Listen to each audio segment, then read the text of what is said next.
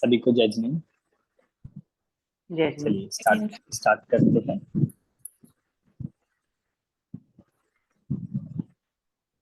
मंगलाचरण। नमो अरिहंताणं नमो सिद्धाणं नमो आयरीयाणं नमो वज्रायाणं नमो लोये सवसाहूडम् वन्दे तु सर्वसिद्धे ध्रुवमचल्मणोवमं गदिं पत्ते बोच्छामि समय पाहुड मृणमो शुद्ध केवली भणिदम्।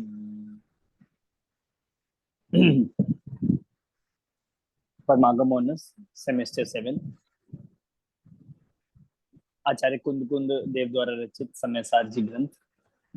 समयसार ग्रंथ में हम पूर्व रंग जो पहला अधिकार है उस पहले अधिकार की यहाँ पर चर्चा कर रहे हैं। लास्ट क्लास अपनी नहीं हो पाई थी, उससे पहले तक हमने इस समयसार के पूर्व रंग के 7 नंबर के कलश, 7 नंबर के कलश तक और 12 गाथाएं हमने देख ली थी, जिसमें लगभग अपना आधा विषय हो गया है। और अब हम कुछ थोड़ा सा पीछे चल रहे हैं समय के, मतलब अपने सिलेबस के अकॉर्डिंग। तो कुछ क्लासेस हम लेके, एक्स्ट्रा क्लास लेके इस सिलेबस को हम पूरा करेंगे। जो महत्वपूर्ण विषय थे जिसके लिए आचार्य कुंद कुंद देव ने संक्षिप्त रुचि वालों के लिए जो समयसार लिखा था वो लगभग पूरा हो चुका है। अब विस्तृत रुचि वालों के लिए विशेष प्रकरण स्टार्ट हो रहे हैं। अब 13 नंबर की गाथा यहाँ पर आ रही है। 13 नंबर की गाथा में 9 तत्वों के नाम बताए जा रहे हैं। तत्व 9 होते हैं कि 7 होते हैं?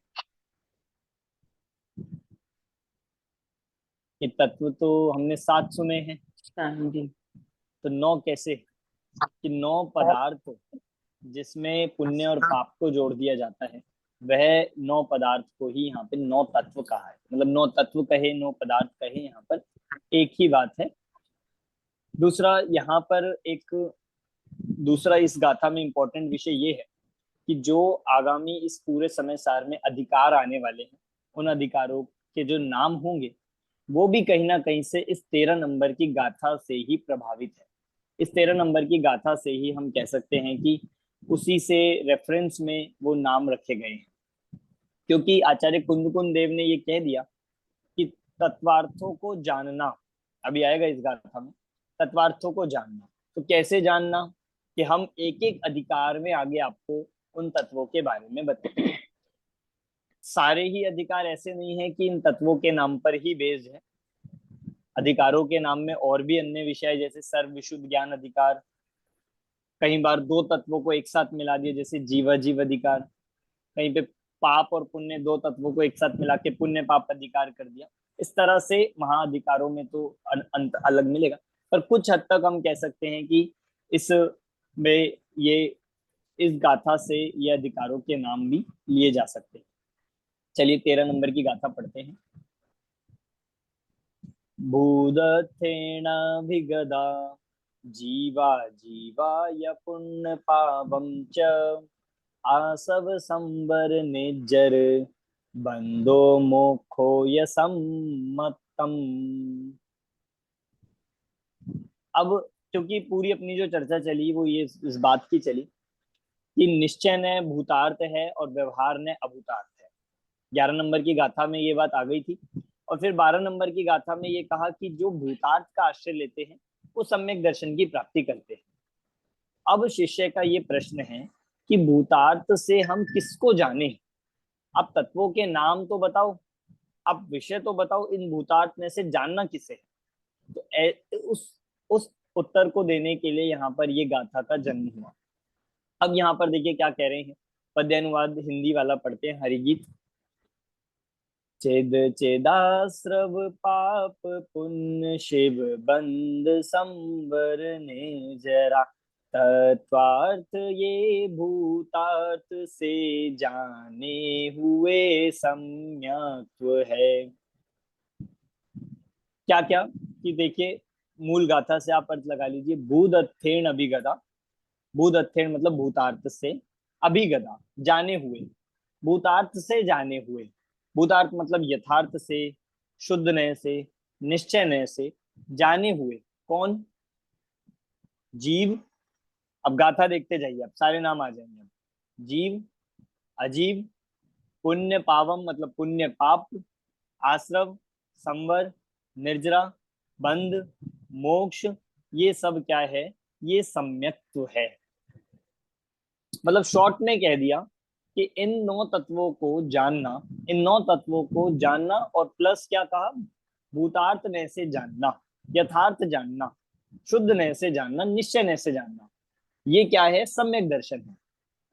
अब आपको कुछ ध्यान आ रहा है, आप कुछ कनेक्ट कर सकते हो। तत्वार सूत्र का एक सूत्र है, तत्वार सूत्र में सूत्र लिया, तत्वार्थ श्रद्धानम सम्यक दर्शन, कि तत्वों का श्रद्धान सम्यक दर्शन है। वही बात यहाँ पर आचार्य कुनकुन देव ने कहा, यदि आप इन तत्वों को भूतार्थ नय से जानोगे, इन तत्वों को भूतार्थ नय से जानना, बस यही सम्यक है, इसी का नाम सम्यक दर्शन है। तो यहाँ पर एक तो तत्वों के नाम बताए, और दूसरा मेन जो बिंदु है वो है भूतार्थ से जानना। अब ये क्वेश्चन हो सकता है हमको कि भूतार्थ से जानना और अभूतार्थ से जानने में कोई डिफरेंस होता है क्या? कि भूतार्थ से जानना और अभूतार्थ से, भूतार्थ मतलब होता है जो रियल है, जो वास्तविक है, और अभूतार्थ मतलब है जो उपचार से कहा गया है, व्यवहार से कहा गया है, जो रियल नहीं है, जिसको किसी कारण से, किसी प्रयोजन से बताया गया है, वो कहलाता है अभूतार्थ व्यवहार। तो यहाँ तत्वों को भूतार्थ से जानने के लिए कहा है। अब टीका हम यहाँ पे अब स्टार्ट करेंगे।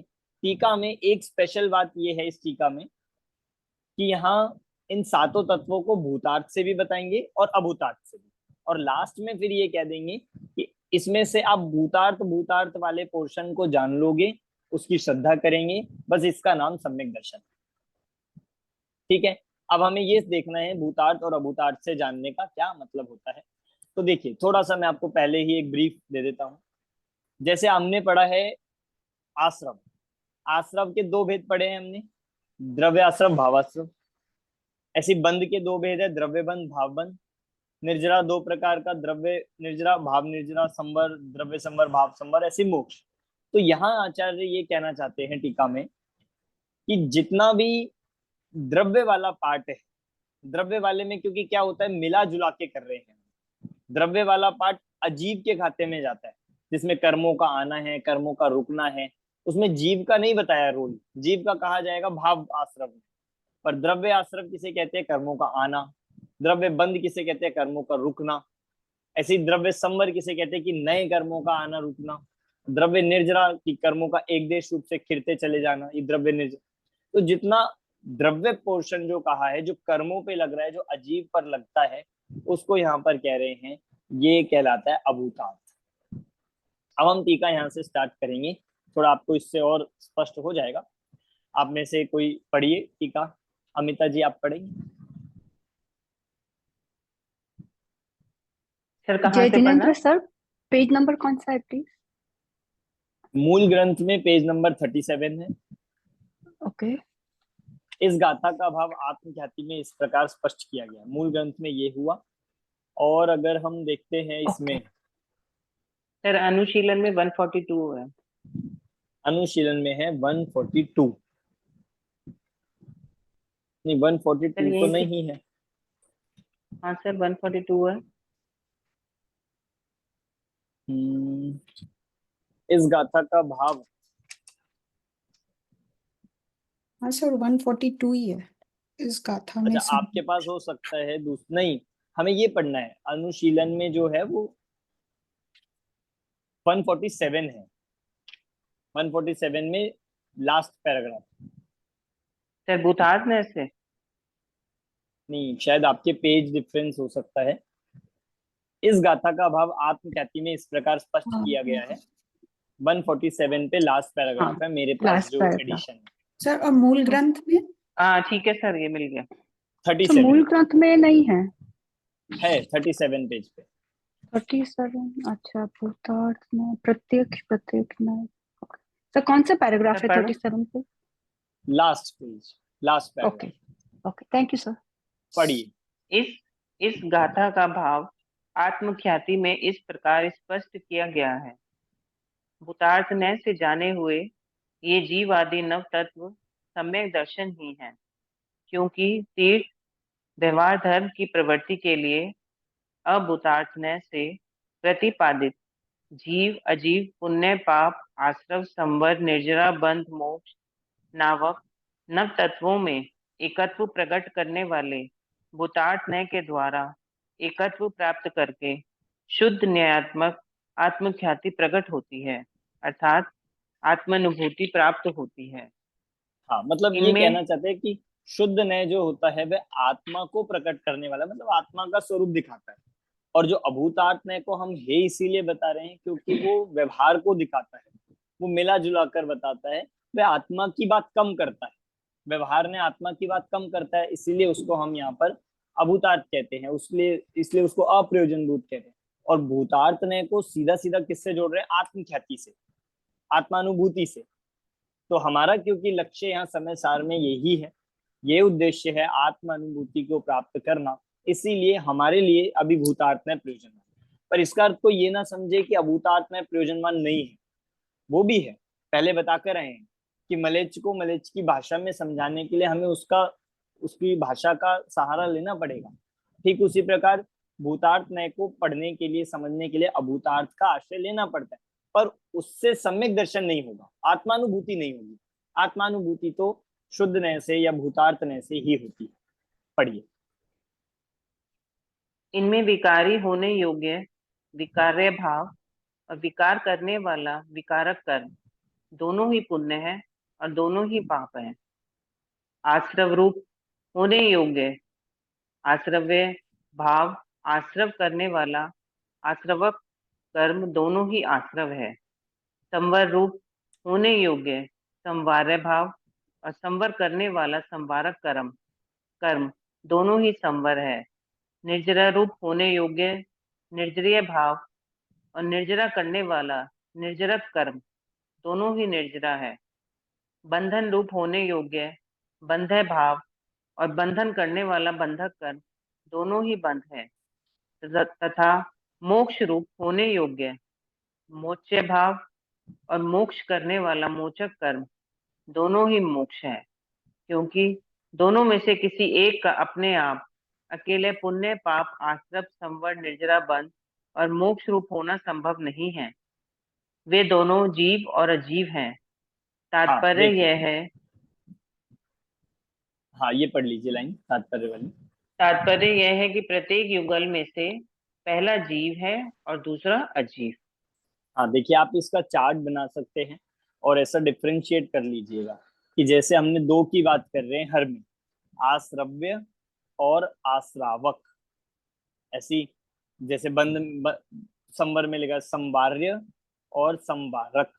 तो क्या डिफरेंस है? एक कह रहे हैं कि संवर होने योग्य, जैसे आश्रव पे आप लगा के देखिए, पुण्य पाप का लगाया, पुण्य पाप को दोनों को विकार में ले लिया, तो पुण्य पाप रूप होने योग्य जो भाव है उसको कह रहे विकार्य, और पुण्य पाप के जो कर्म है वो विकारक। ऐसे आश्रव होने योग्य जो भाव है वो आश्रव्य, और जो आश्रव से जो कर्म आ रहे हैं वो आश्रावक। तो आप इनको डिफरेंस ऐसे कर सकते हैं कि पहले वाला जो कह रहे हैं वो जीव के खाते में है, मतलब जीव में हो रहा है वो। और क्या हो रहा है कि भाई जो वास्तव में आश्रव होने योग्य भाव है वो किस में होते हैं? भाव जीव में या जीव में? कि कर्म में भाव नहीं होते, जीव में होते हैं, इसलिए आश्राव्य कहा है जीव को, मतलब जीव जिसको अब दूसरे शब्दों में कहेंगे भाव आश्रव। और आश्रव करने वाला आश्रावक कर्म है, ये हो गया द्रव्य आश्रव। अब यही पैटर्न आगे चल रहा है संवर पर, निर्जरा पर, बंध पर और मोक्ष पर। पहले वाला जीव है और दूसरे वाला अजीव है, इसलिए ये कह रहे हैं कि किसी एक का अकेले होना संभव नहीं है। कर्म अकेले भी बनते नहीं है। कर्म कब बनेंगे? जब उसके साथ भाव होंगे, और भाव भी अकेले नहीं होते। जब भाव होंगे तो नियम से उसके साथ उसके फल में कर्म बनेंगे। तो आश्रव्य कहो आश्रावक कहो, दोनों एक साथ चलेंगे। बंध भी होगा तो बंध जो कहा बंध के योग्य, बंध्य और बंधक दोनों एक साथ होंगे। मतलब एक को कह रहे हैं कि बंधने योग्य और एक को कह रहे हैं बांधने वाला। ऐसी एक आश्रव होने योग्य और एक आश्रव करने वाला। यहाँ पे एक विशेष बात यह है कि हर जगह जो आश्रावक लिया या फिर हम कहेंगे संवारक कहा, बंधक कहा, ये कर्म को कहा। मतलब फर्स्ट पर्सन के रूप में यहाँ पे कर्म को ले रहे हैं, कर्ता कर्म को कह रहे हैं। कर्ता जो होता है ना, मतलब करने वाला। इस सब में अगर हम देखें कि जो मेन कारण है, जो कर कौन रहा है, वो है कर्म, इसलिए अजीव। और उससे भाव रूप कौन हो रहा है, तो वो जीव। तो जीव और अजीव दोनों एक साथ यहाँ पर लगाए हैं। अब इनमें ये तो बता दिए 9 तत्व। अब इनमें भूतार्थ दृष्टि क्या है और अभूतार्थ दृष्टि क्या है। भूतार्थ से देखोगे तो क्या दिखेगा और अभूतार्थ से देखेंगे तो क्या दिखेगा, ये बता रहे हैं। अब नेक्स्ट पैराग्राफ में पढ़िए। बाह्य दृष्टि से देखा जाए तो जीव पुद्गल की अनादि बंध पर्याय के समीप जाकर एक रूप से अनुभव करने पर ये नव तत्व भूतार्थ है, सत्यार्थ है, और एक जीव द्रव्य के स्वभाव के समीप जाकर अनुभव करने पर वे अभूतार्थ हैं, असत्यार्थ हैं। अतः इन नव तत्वों में भूतार्थ में एक जीव ही प्रकाशमान है। हाँ देखिए, ये बता दिया बाह्य दृष्टि मतलब अभूतार्थ दृष्टि से। मैं आपसे पूछता हूँ कि ये सारे तत्व है या नहीं है, कि बिल्कुल है, तत्व के होने में कोई शंका नहीं है। और यदि देखा जाए तो ये सारे तत्व भूतार्थ दृष्टि से भी देख सकते हैं और अभूतार्थ से भी देख सकते हैं। फर्क इतना आता है कि हमारी हमारी दृष्टि किस पर है। जैसे आपको एक एग्जांपल पिछली गाथा से याद आ रहा होगा कि पानी में कीचड़, पानी का गंदा होना। तो पानी में जो कीचड़ है, तो अब आप उसको लगाइए कि भूतार्थ से देखने पर अभूतार्थ से देखने पर क्या दिखेगा। तो वहां पे उदाहरण ये था कि अभूतार्थ से देखने पर तो पानी मैला है ये दिखेगा, और भूतार्थ से देखोगे तो क्या दिखता है कि वो कीचड़ ऊपर ऊपर है या पानी से अलग की जा सकती है। पानी तो अपना स्वच्छ निर्मल ही है। एक एग्जांपल और आप इसमें समझ लीजिए, जैसे एक कमल होता है, कमल के जो पत्ते होते हैं, आगे आएगा वो एग्जांपल भी। लोटस होता है, कमल के पत्ते पे पानी की जब बूंद गिरती है, पानी की बूंद अगर उस पे रहती है, आपने देखा होगा कभी, तो वह पानी की बूंद उस कमल के पत्ते पर ऊपर ऊपर रहती है। तो आपसे पूछा जाए कि कमल के पत्ते पर पानी है या नहीं है, क्या आंसर देंगे, क्या कहा जाए कि है या नहीं, कि कमल के पत्ते पर पानी की बूंद है या नहीं है। बताइए अमिता जी। सर अभूतार्थने से तो हैगी और भूतार्थने से नहीं, वो अलग अलग है। हाँ मतलब हम भूतार्थ अभूतार्थ ना भी कहे तो हम ये कहते हैं कि भाई एक एंगल से देखे तो भाई उस पे रखी हुई है तो इसका मतलब है, हाँ, और दूसरे एंगल से देखे तो वो उसके ऊपर ऊपर ऐसे फ्लोट करती है कि उसमें हल्का सा आप उसे नीचे करोगे पूरी की पूरी बूंद नीचे गिर जाएगी। नीचे नीचे। तो इसका मतलब है या नहीं। अब दोनों एंगल हो गए ना, एक कहलाएगी भूतार्थ दृष्टि, एक कहलाएगी अभूतार्थ दृष्टि। भूतार्थ दृष्टि वो कहती है जिसमें अंदर प्रवेश कर जाए। तो हम भूतार्थ दृष्टि से देखेंगे तो उसमें कहाँ घुसी, पानी की बूंद अंदर एंटर ही नहीं करी, प्रवेश ही नहीं करा, उसको छुआ भी नहीं अंदर से। और अभूतार्थ दृष्टि कहेगी कि है, कि सामने दिख रही है बिल्कुल। तो ये दोनों दृष्टि इस तरह से काम करती है। ये भूतार्थ में और अभूतार्थ में का काम। समझ में आ रहा है थोड़ा। ऐसी तत्वों का है। आपसे पूछा जाए आश्रव है या नहीं है, बंद है या नहीं है, कि है, बिल्कुल है। कि व्यवहार ने, अवतार्त ने से देखोगे तो उसको आश्रव दिखता है, बंध दिखता है, कर्म दिखते हैं, अशुद्धि दिखती है, सब कुछ कहेगा कि अब आश्रव हुआ, अब बंध हुआ, अब संवर हुआ, अब निर्जरा हुआ, अब मोक्ष हुआ। पर भूतार्थ ने तो क्या कहता है कि ना आश्रव ना बंध, कि जब आश्रव बंद नहीं है तो संवर भी नहीं, निर्जरा भी नहीं और मोक्ष भी नहीं। भूतार्थ ने तो ये कहता है कि आत्मा तो सदा से ही मोक्ष स्वभावी है, मोक्ष स्वरूपी है। मोक्ष हुआ ऐसा तो तब कहा जाएगा जब बंधा हो, तो जब मैं बंधा ही नहीं तो मुक्त भी नहीं होगा। इस तरह से भूतार्थ और अभूतार्थ की दृष्टि ये मैंने आपको बता दी है। आगे जो अंतर दृष्टि बताने वाले वो मैंने आपको इससे पहले ही बता दी, पढ़िए। इसी प्रकार अंतर्दृष्टि से देखा जाए तो एक ज्ञायक भाव जीव है और जीव के विकार का हेतु अजीव है। इनमें से पुण्य पाप आश्रव संवर निर्जरा बंध और मोक्ष रूप भाव केवल जीव के विकार हैं, जीव के विशेष भाव हैं, जीव रूप भाव हैं।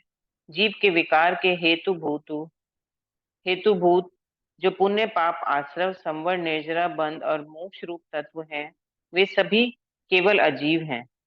ऐसे ये नव तत्व जीव तत्व के स्वभाव को छोड़कर स्वयं और पर जिनके कारण हैं, ऐसे एक द्रव्य की पर्यायों के रूप में अनुभव करने पर भूतार्थ हैं, सत्यार्थ हैं और सर्वकाल में अस्खलित एक जीव द्रव्य के स्वभाव के समीप जाकर अनुभव करने पर वे अभूतार्थ हैं, असत्यार्थ हैं।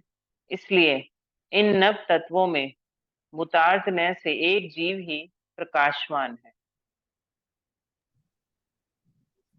पढ़िए पूरा। इस लास्ट प्रकार एक रह गए।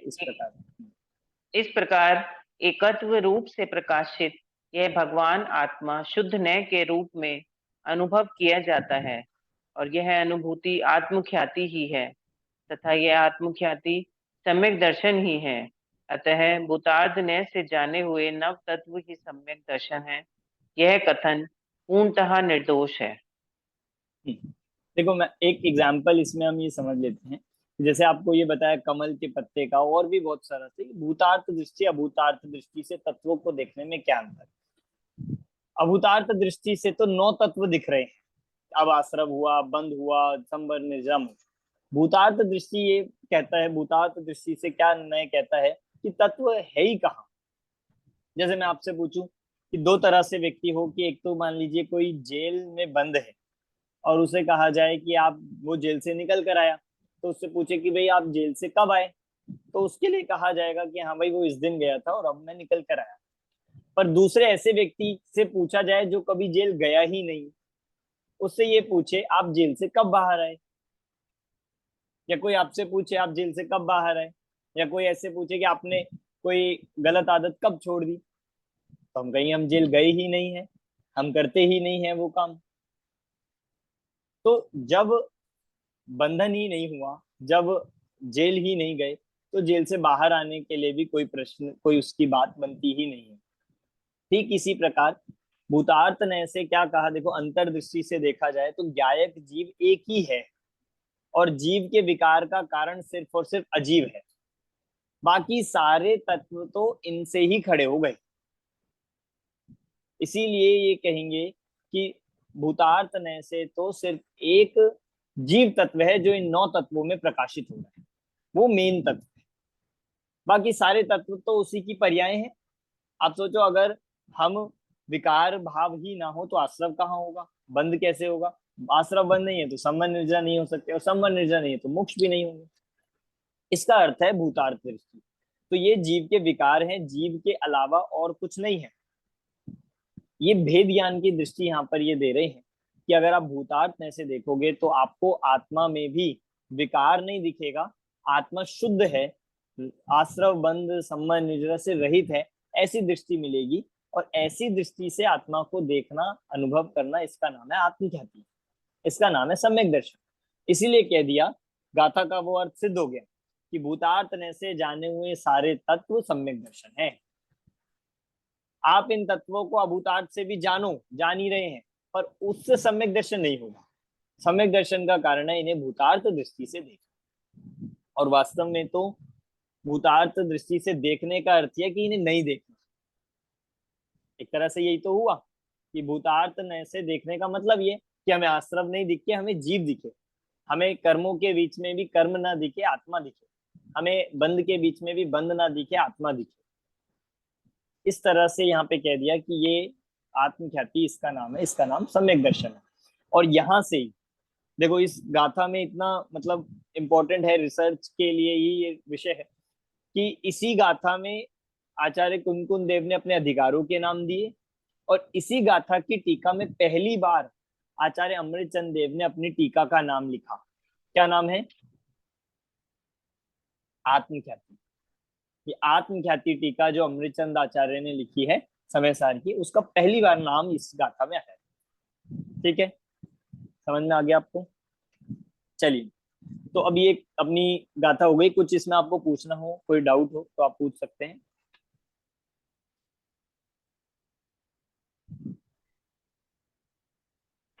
नहीं है, चले आगे।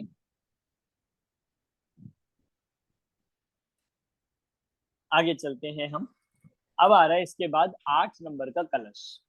इसके बाद कुछ कलश है 8, 9, 10, ये 3 कलश एक साथ आ रहे हैं। इन 3 कलश को हम लेते हैं।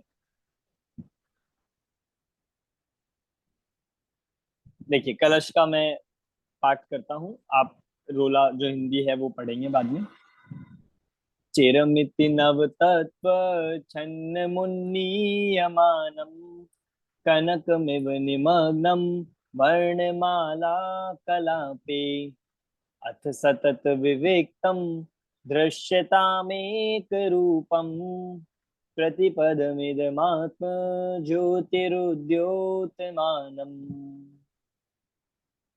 इसका हिंदी जो पद्य अनुवाद है, शुद्ध कनक ज्यों छिपा हुआ है बाण वेद में, नव तत्वों में छिपी हुई त्यों आत्म ज्योति है, एक रूप उद्योतमान पर से विवेक वह, अरे भव्य जन पद पद पर तुम उसको जानो। तो ये कह रहे हैं यहाँ पर कि जो अब नव तत्वों की बात हुई तो कलश में भी फिर सीधा आचार्य अमृतचंद देव यही बात कहने लगे कि आप 9 तत्वों को मत देखो। 9 तत्वों को देखना अभूतार्थ दृष्टि है और उससे सम्यक दर्शन नहीं होगा। हमें तो क्या देखना है कि 9 तत्वों में छिपी हुई जो आत्म ज्योति है। मतलब जैसे एक एग्जाम्पल दे दिया उन्होंने, जैसे मान लीजिए आपके पास एक गोल्ड की रिंग है और चेन है, कोई ब्रेसलेट है या और कोई आभूषण है सोने का, और बहुत सारे आभूषण इस तरह से। तो उन सब में यदि आप एक सुनहार हो, मतलब गोल्ड की आपकी दृष्टि है, यदि आपको उसकी मूल्य देखना है, उसकी कीमत देखनी है, तो आप सब में क्या देखोगे, क्या दिखेगा आपको? कि गोल्ड दिखेगा, सोना दिखेगा। चाहे वो रिंग हो, चाहे वो हार हो, चाहे वो चेन हो, चाहे कुछ भी आभूषण हो, उन सब में क्या छिपा हुआ है? आपके सामने चेन लाई जाए, आप उसमें से गोल्ड देख सकते हो? तो बिल्कुल देख सकते हैं। आपके सामने रिंग आए, आपके सामने कुछ और ब्रेसलेट आए, कुछ और चीज आए, हम उसमें से गोल्ड देख सकते हैं कि नहीं? कि हाँ बिल्कुल, क्योंकि वो गोल्ड के अलावा और कुछ नहीं। अब आप उसके आकार को देखोगे, शेप को देखोगे, तो आपको गोल्ड नहीं दिखेगा, तो आप उसके इन्हीं आकारों को देखते रहोगे। पर जिसकी दृष्टि सोने पर होती है, जिसकी दृष्टि में उसकी वैल्यू लगानी है, जिसको उसको खरीदना है या बेचना है, जो भी करना है, तो वो क्या देखता है? सिर्फ हमें मतलब नहीं है कि सोना टूटा है, छोटा है, बड़ा, मतलब ऐसे क्या शेप में है, बस हमें उसका मूल्य देखना है, सोना देखना है। तो कह रहे शुद्ध कनक जो छिपा हुआ है बान भेद में, कि जो अनेक प्रकार के सोने के समूह में भी जैसे सोना छिपा हुआ है, छिपा हुआ मतलब सब में शामिल है, बस उसे देखना आना चाहिए।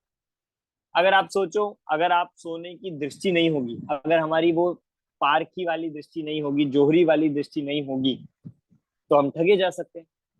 कल को आपको कोई कह दे कि भाई आपको कोई पीला पीला ऐसा मेटल दिखाकर और उसको हार की शेप में दे दे, कोई नेकलेस की शेप में दे दे, कोई रिंग की शेप में दे दे, तो यदि स्वर्ण की दृष्टि नहीं होगी, सोने की पहचान होगी नहीं होगी, तो लुट सकता है कि नहीं नहीं हमें तो हार ही चाहिए, कि नहीं हमें हार से मतलब नहीं है, हमें तो सोना चाहिए। ऐसे यहाँ पर कह रहे हैं सोने में सब रूप से जो छिपा हुआ ऐसा सारे प्रकार के आभूषण में, ठीक उसी प्रकार शुद्ध कनक जो छिपा हुआ है बान वेद में, ऐसे ही 9 तत्वों में भी छिपा हुआ कौन है? आत्म ज्योति है। 9 तत्वों में भी आश्रव देखोगे तो भी जीव दिखना चाहिए, आश्रवों से रहित जीव दिखना चाहिए। बंद में भी बंद से रहित जीव दिखेगा। संवर निर्जरा मोक्ष में भी उनसे रहित ऐसा आत्मा ही दिखाई देता है। इसका नाम है आत्म ज्योति छिपी हुई है। समझ में आया? बहुत सारे एग्जाम्पल्स आप लगा सकते हो। मिट्टी के अनेक प्रकार के बर्तन बने हो, मिट्टी के अनेक प्रकार के पात्र बने हो, तो आप देखते हो अलग अलग शेप, पर जो कुम्हार है वो तो सिर्फ मिट्टी देखता है, वो मिट्टी की क्वालिटी देखता है, मिट्टी का वो मतलब वैल्यू देखता है। ये दृष्टि होती है। आपको जब भूख लगती है, भोजन करना होता है, जब हमें बहुत भूख लग रही हो, तो जिसको वास्तव में पेट भरना है, जिसको सिर्फ भूख लगी होती है, वो ये नहीं देखता कौन कौन से पकवान बने हैं, कौन कौन सी डिशेस है, क्या क्या वैरायटी है। वो सिर्फ भोजन करता है, उसको सब में क्या दिख रहा है? भोजन दिखता है बस। चाहे फिर वो रूखा सूखा हो, चाहे वो दो रोटी हो, चाहे कुछ भी हो, बहुत सारी मिठाइयां ना हो तो भी। होता है कि नहीं? ये दृष्टि है शुद्ध नहीं की दृष्टि। इस दृष्टि का नाम है भूतार्थ दृष्टि। हम डे टू डे लाइफ में बहुत जगह ये प्रयोग करते हैं, बहुत जगह। तो ऐसा यहाँ पर कह रहे हैं, नव तत्वों में भी आत्म ज्योति छिपी हुई है। कैसी है वो आत्म ज्योति? एक रूप, उद्योतमान और पर से विविक्त है, मतलब पर से भिन्न है। एक रूप है मतलब एक है, उद्योतमान प्रकाशित है, मतलब दिखाई दे रहा है। मैं आपसे ये पूछता हूं कि आप सोने की कोई आभूषण, कोई अगर अंगूठी है, कोई भी आभूषण है, तो आपको उसमें से सोना छुपाना है, छुपा सकते हैं सोना? आपको ऐसी कोई शेप बनानी है, कोई ऐसा आभूषण बनाओ जिसमें सोना ना दिखे, पॉसिबल है क्या? कि नहीं दिखेगा ही, क्योंकि सोने का स्वभाव ही है उद्योतमान, प्रकट होगा। कितना छुपाओ प्रकट होगा। ऐसा उद्योतमान पर से विविक्त, पर से भिन्न है, मतलब आश्रव बंध संबंध निजरा के साथ रहते हुए भी उनसे भिन्न है। इसलिए क्या कह रहे? अरे भव्यजन पद पद पर तुम उसको जानो। क्या करो? कि पद पद पर उसको जानो, उसको देखो, उसकी दृष्टि करो, उसका अनुभव करो। देखने का मतलब है उसका अनुभव करो। तो ये प्रेरणा इसलिए दे रहे हैं क्योंकि पीछे आप बताकर आए हो कि शुद्ध नय की दृष्टि से ही सम्यक दर्शन होगा। भूतार्थ नय की, तो भूतार्थ नय से तत्वों को देखो, जानो। ये बाहर की पर्याय दृष्टि छोड़ना होगा। हम जब तक पर्याय दृष्टि देखते रहेंगे, जब तक हम पर्याय दृष्टि में लगे रहेंगे, तो मूढ़ता कहलाएगी और सम्यक दर्शन होने वाला नहीं है। इसलिए हमें ये दृष्टि समय सार से मिलती है, हमें सब तत्वों में, सब वस्तुओं में। जैसे मान लीजिए, जैसे कोई, हर बहुत जगह ये चीज प्रयोग होती है। जैसे आपके पास बहुत सारा कोई मेटल हो, बहुत सारी मेटल की चीजें हो जो खराब हो गई हो, टूट गई हो, तो जब हम उसको स्क्रैप में देते हैं या किसी मेटल वाले को देते हैं, तो वो ये नहीं देखता आप क्या दे रहे हो। या हम भी जब देते हुए ये नहीं देखते कि वो क्या है, कि लोहे का क्या है, लोहे का मतलब ये क्या शेप है, क्या है, उससे मतलब नहीं है। उस समय क्या देखते हैं? सिर्फ मेटल कितना है, उसके स्क्रैप की, उसकी वजन कितना है, उसकी वैल्यू कितनी है। तो ये दृष्टि होती है कि बहुत जगह हम ऐसी दृष्टि का प्रयोग करते हैं। तो इसका नाम है भूतार्थ नय से दृष्टि। अब यहाँ तत्वों के लिए कह रहे हैं, इन 9 तत्वों को इन भूतार्थ नय से देखना, इसी का नाम सम्यक दर्शन है। ठीक है? कोई डाउट है इस कलश में? अब देखिए यहाँ पर, मतलब अगला कलश आप निकालिए। 9 नंबर का कलश है, 9 नंबर का कलश हम यहाँ पर अगला। अब अब यहाँ पर अगला प्रकरण ये चलने वाला है, मतलब भूतार्थ में हो गया, अभूतार्थ में हो गया। अब आचार्य अमृतचंद्र ये कंक्लूड कर रहे हैं कि आप ये नयों में जानो, नयों को जानो, पर इतना ही जानना जितना हमारे लिए कार्यकारी। ज्यादा नए के चक्कर में मत फंस जाना। ये भूतार्थ है, ये अभूतार्थ है, निश्चय है, व्यवहार है, द्रव्यार्थी है, कि नहीं, इतना मत उलझना कि व्यवहार ने, निश्चय ने को सिर्फ इतना जानना जितने से हम वस्तु का निर्णय कर ले, आत्मा की प्राप्ति हो जाए, आत्मा की दृष्टि हो जाए, सम्यक दर्शन हो जाए। बहुत ज्यादा इसमें उलझने की जरूरत नहीं है, क्योंकि जब सम्यक दर्शन होगा तब ये नए का भी अभाव हो जाता है, नए का भी विकल्प नहीं रहता। मतलब मैं इसके लिए एक एग्जाम्पल देता हूँ। जैसे जब आप भोजन हम पकाते हैं, हम कुक करते हैं, तो हम बहुत चीजें सोचते हैं, क्या डालना है, कितना डालना है, कितनी क्वांटिटी में करना है, ये कैसे आए, कलर कैसे आए, टेस्ट कैसे आए, बहुत सारी चीजें देखते हैं जब बनाते हैं या किसी को बताते हैं। पर जब हम खाते हैं, जब हमें उसको खाना होता है, तब उसका जो स्वाद लेते हैं, उसमें आप बहुत चीजें सोचते हो क्या? कि अब ये आया उसका स्वाद, ये आया इलायची का स्वाद, ये आया उसका किस अलग नमक का स्वाद, ये आया अब मिर्च का स्वाद। ऐसे थोड़ी देखते हैं हम। जब वस्तु को चखते हैं तो पूरा अभेद रूप से उसका आनंद लेते हैं, उसका अनुभव करते हैं, तो अनुभव करते समय सारे प्रकार के विकल्प गौण हो जाते हैं, सब विकल्प नाश हो जाते हैं। कोई भी आप चीज पे आप लगा सकते हो, जैसे कोई मान लीजिए ड्राइविंग कर रहा है, तो जब वो ड्राइविंग सीखता है नहीं नहीं, तो वो सारी चीजें देखता है कि अब क्या करना है, अब क्लच दबाना है, फिर गियर चेंज करना है, फिर क्या करना है कि क्लच छोड़ना है, एक्सीलरेटर दबाने हैं, ब्रेक छोड़ना है। ऐसे सोच सोच कर, बुद्धिपूर्वक एक एक चीज सोच सोच कर करता है। और जब वो चलाना सीख जाता है, जब उसको उसका प्रैक्टिस हो जाती है, जब उसका अनुभव हो जाता है, तब क्या करता है, तो बिना सोचे बिना उनके विकल्प में काम करता होता जाता है, गाड़ी चलती जाती है। अब बल्कि उसको ऐसा लगता है अगर मैं सोचूंगा तो हो सकता है एक्सीडेंट हो जाए, कि अब मैं देखने लग जाए कौन सा गियर है, या अब देखने लग जाए अब क्या करना है, पूछने लग जाए।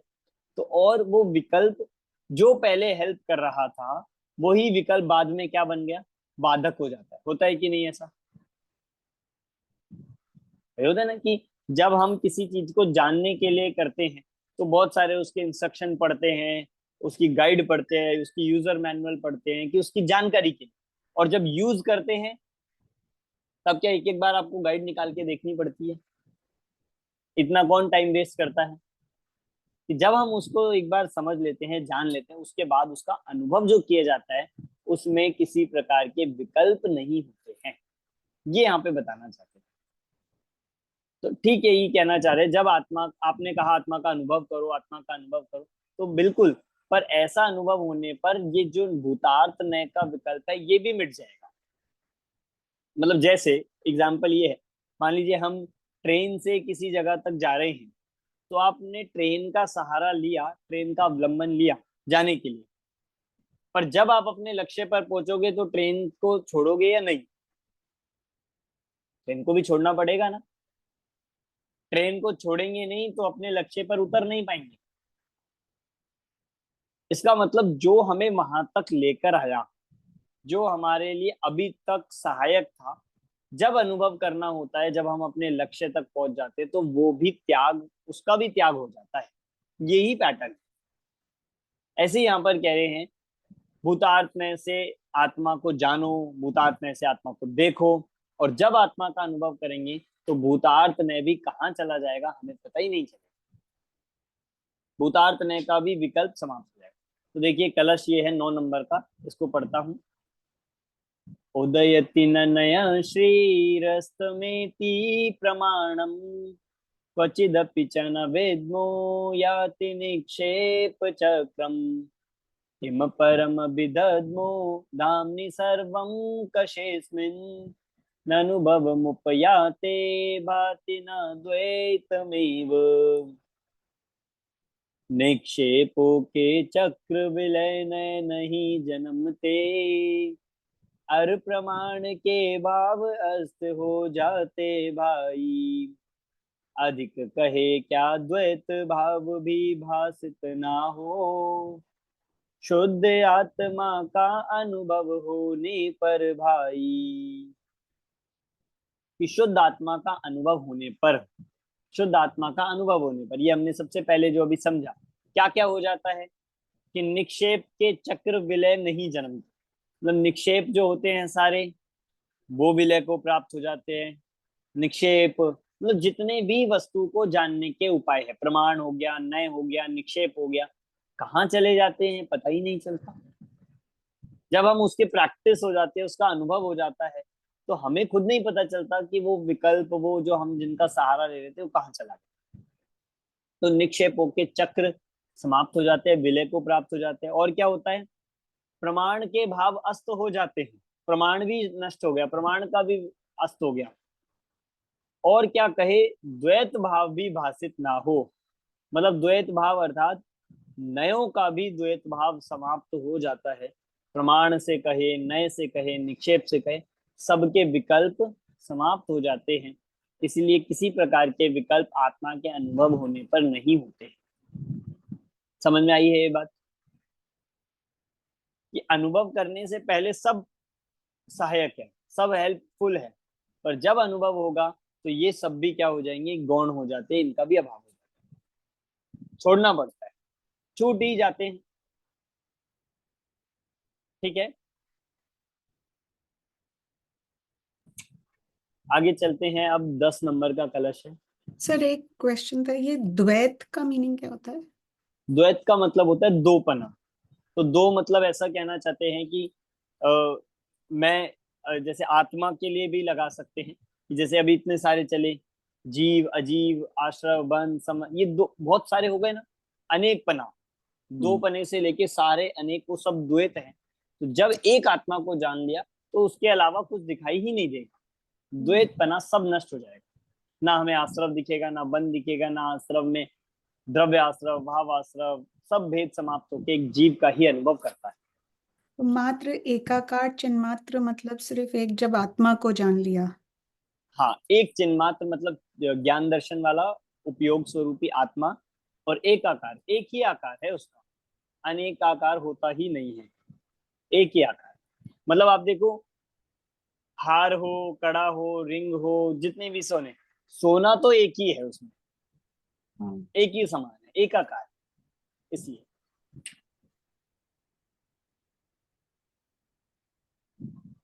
चले आगे, और कोई प्रश्न किसी का?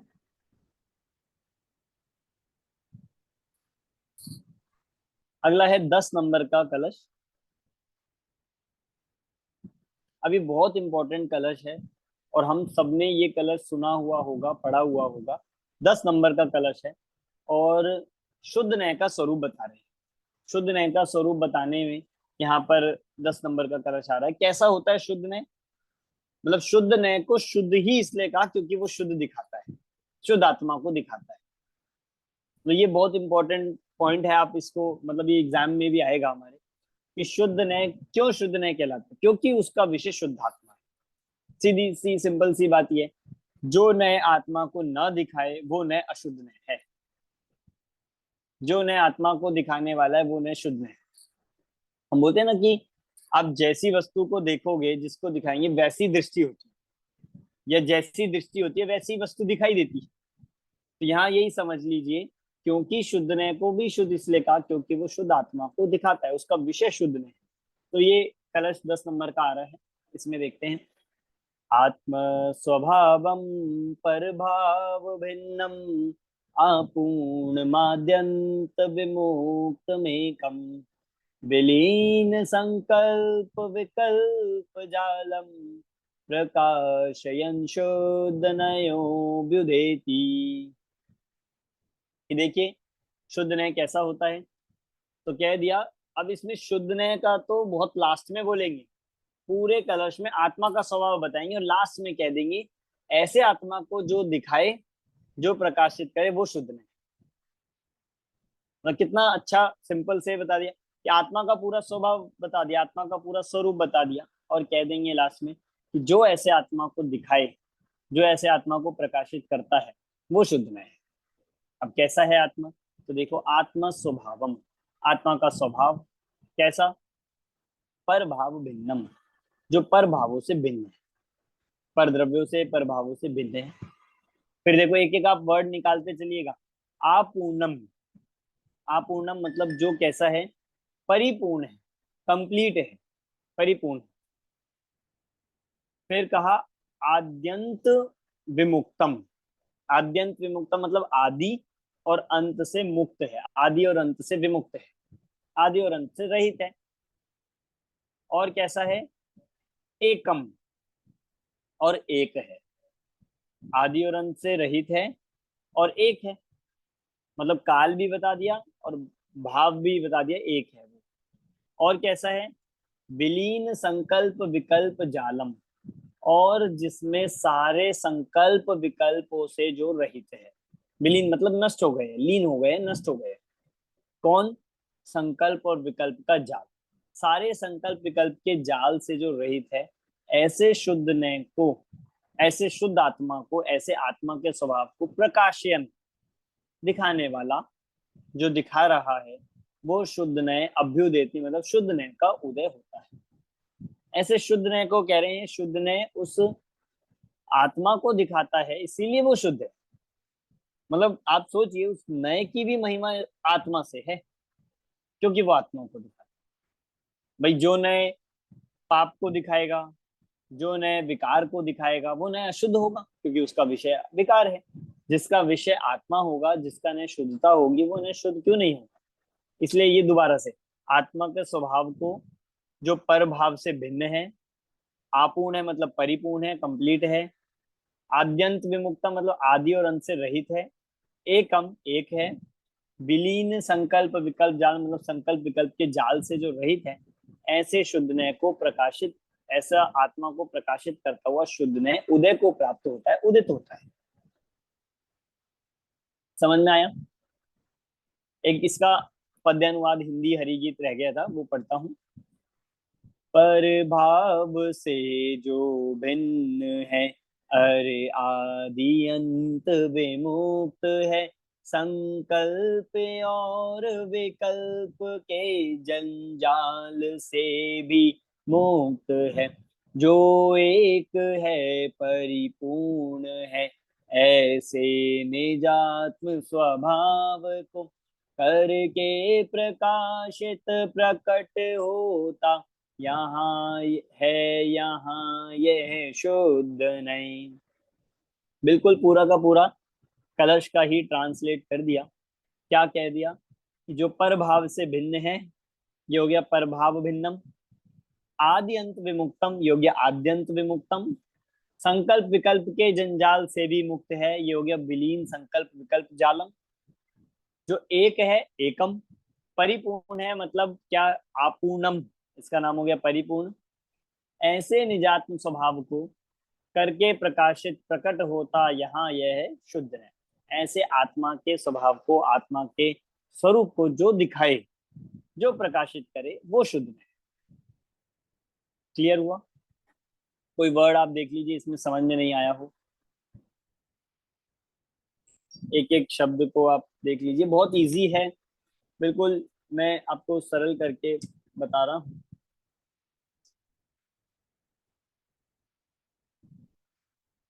कुछ पूछना है आपको इसमें किसी को?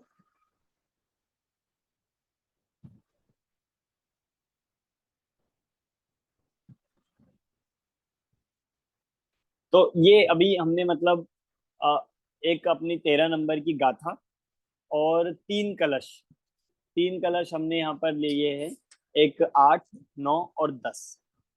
अभी हम इतनी ही क्लास ले रहे हैं, मतलब 40 मिनट्स तक की ही हम क्लास लेंगे।